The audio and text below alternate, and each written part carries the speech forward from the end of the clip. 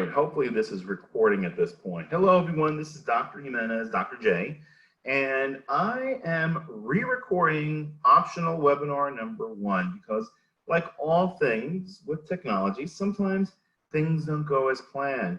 And I thought we had a really good webinar 1, and then I went to go pull down the recording and realized that the recording didn't happen. So I'm re-recording. Hey, these things happen, right? Even to the best of us. So I'm re-recording the session so that we can basically give you, those folks who didn't have a chance to attend optional webinar number 1, an opportunity to get some exposure to what's coming up. So this is going to be the truncated version of what we offered, but it will give you a good sense of what to expect for the upcoming Project 1. So first and foremost, I just wanted to start off by sharing with you the syllabus and specifically highlighting the fact that we are currently in week 3, which means that because we are in week 3, we are approximately 2 weeks away from when Project 1 is due. Project 1 is due on week 5, or let me rephrase that, the end of week 5. And just as an FYI, all projects for this course, unless otherwise stated, are always due on the last day of the week, which happens to be Sunday at 11:59 p.m. So that means 2 weeks from now, we will be involved in Project 1. That whole week, you will not have any other discussion boards or any other items. You will simply be working on your Project 1, which again is due October 4th, which is a Sunday, at 11:59 p.m. Sunday night. So those are the high-level specifics. Let's get into the actual project itself. Now, before we get into the project, I did ask you back in week 2 to register for the topic, your potential topic. And what's going to happen is Project 1 is going to be based on a podcast. I'll explain what a podcast is and what the elements of the podcast include. But basically, prior to that, what you had to do was to select what particular chapter or what particular principle from, in this case, learning multimedia principle that you were going to cover. So as you can see here, this is the current registration form. I have 16 out of 17 students already registered. If you haven't and you're watching this video, please register as soon as possible. But these are the topics that are available. And what happens is it really starts in chapter 4, but what you're going to be covering is from chapters 5 through 10, you will be talking about one of the multimedia principles. Now, what's important to note is that once you register for your topic, you're going to focus on that one chapter, aka that one principle.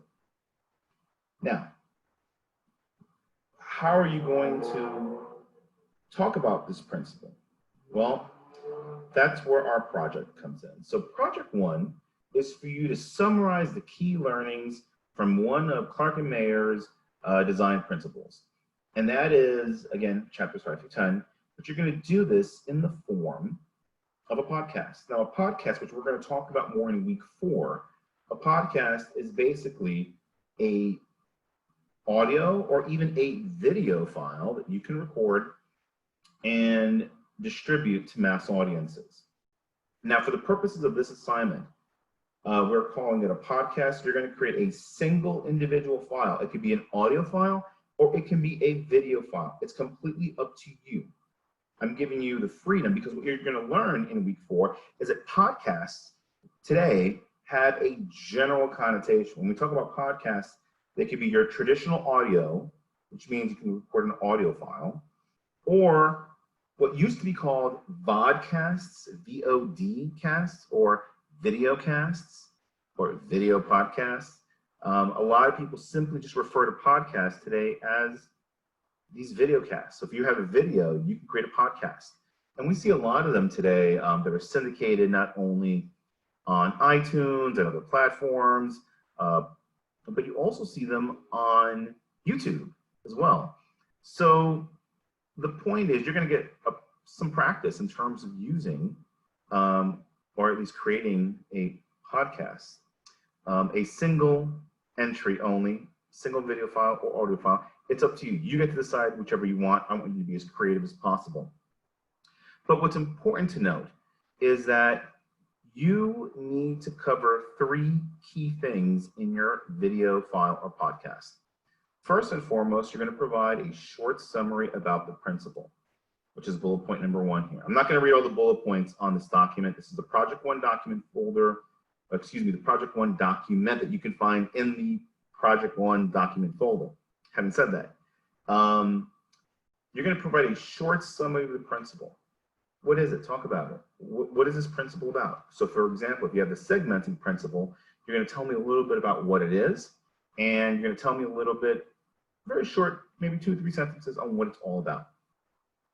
You're going to write some benefits and watch outs when it comes to this principle. The good news is that you will get this from your reading of the chapter. Finally, you're going to give an example of how you would apply this principle in a lesson, a document, a learning video, or e-learning that you would develop for your audiences.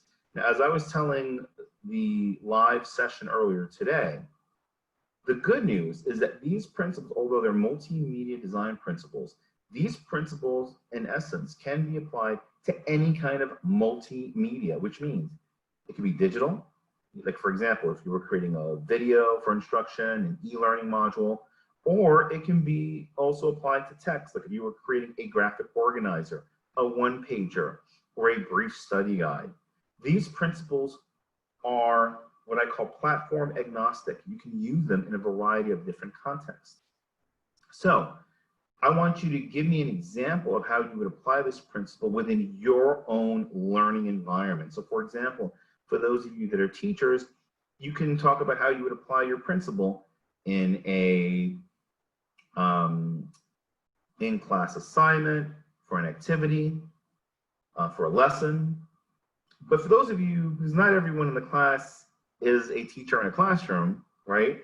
So we have supervisors, we have people in different roles, we have people who may not be working.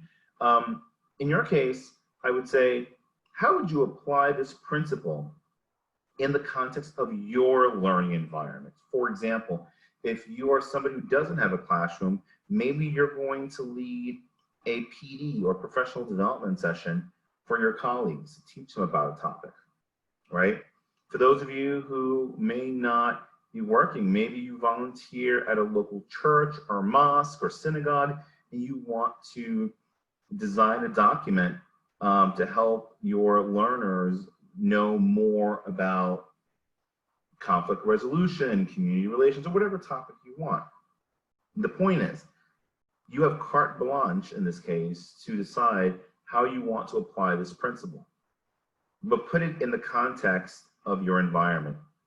Another example could be that some of you may decide that you want to talk about what if you were going to a conference like ISTE or the Site Conference, and you wanted to present a conference on a particular topic, using technology, using Lego blocks, or maybe how do you create a makerspace, whatever you want.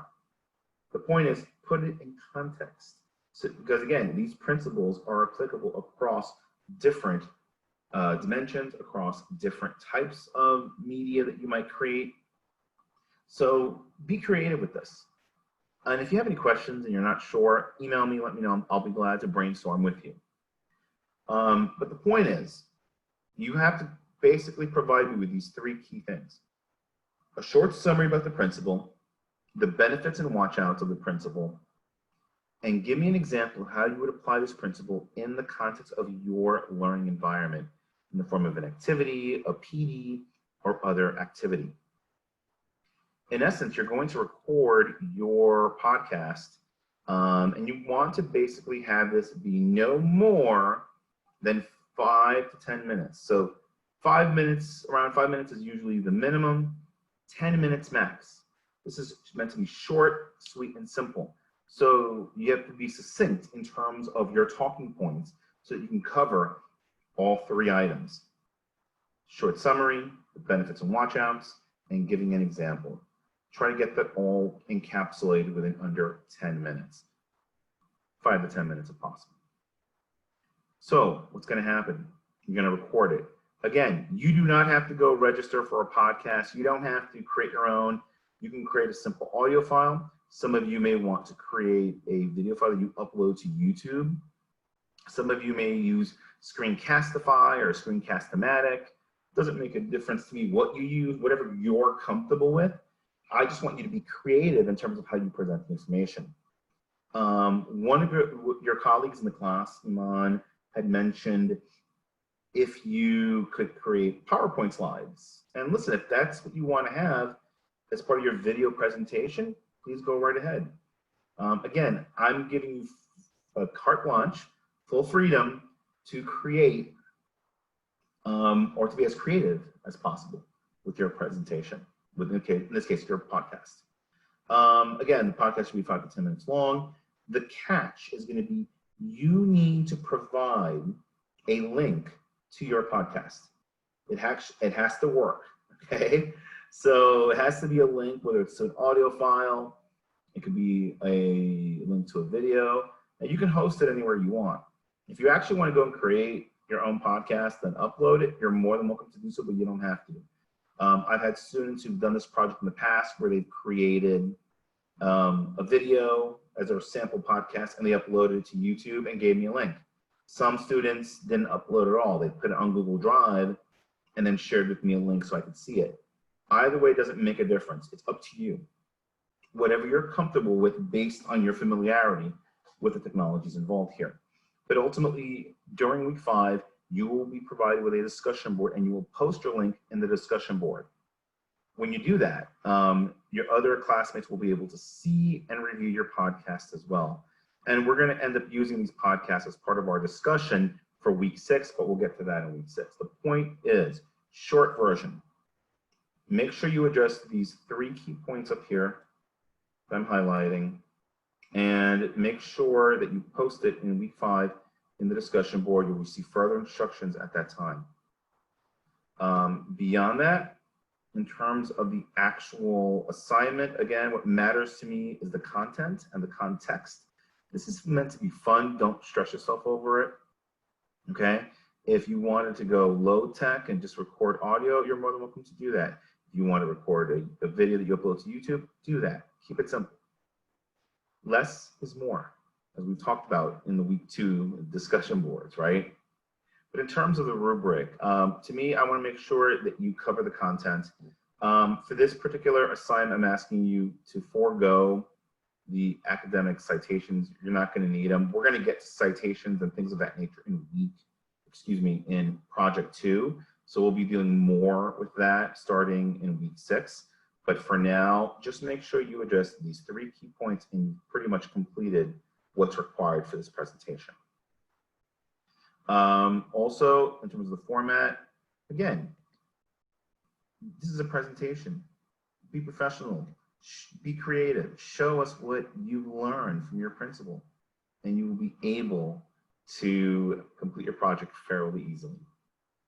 Now, one thing I want to highlight before I conclude this recording is the fact that at the end of the day, look, what's more important to me is the pedagogy, the content, and these principles are very important when it comes to designing not only materials for online learning, but these are applicable even to your standard traditional brick and mortar classrooms as well.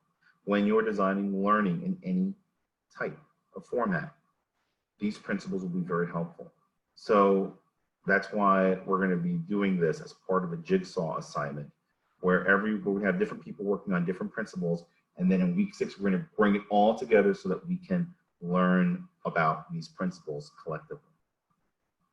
Having said that, that's all I have for right now, folks. All I will say to you is if you have any questions, email me. If you want me to set up a Zoom call and have a conversation with you, I'm happy to do that. But more importantly, please email me if you have any questions. With that, I'll talk to you soon. And again, don't hesitate to reach out to me if you have any questions about this project, Project 1. Thank you and enjoy the rest of your day.